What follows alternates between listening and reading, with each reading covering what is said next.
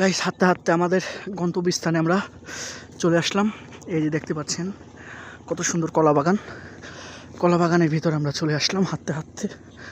এই যে ক্ষেত পাতালি, এই যে কোথান থেকে কোথায় আমরা হাঁটতে হাঁটতে চলে আসলাম। এই যে এখন উঠা যাক ভয়ঙ্কর এক কলা বাগানের ভিতরে, তারপরে দেখা যাক কই যাওয়া যায়। এই যে কলা গাছের ভিতর দিয়ে আমরা হাঁটতে হাঁটতে যাচ্ছি, পথ কি আর শেষ হয়? সো মা এই তো আমরা এখনো পর্যন্ত গন্তব্যস্থান আমাদের শেষ হয় নাই। আপনারা দেখতে পাচ্ছেন আশেপাশে কত ক্ষেত আর ক্ষেত।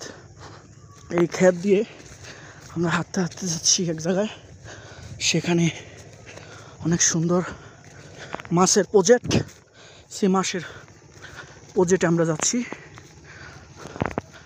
এই যে ধান ক্ষেত আর ধান ক্ষেত।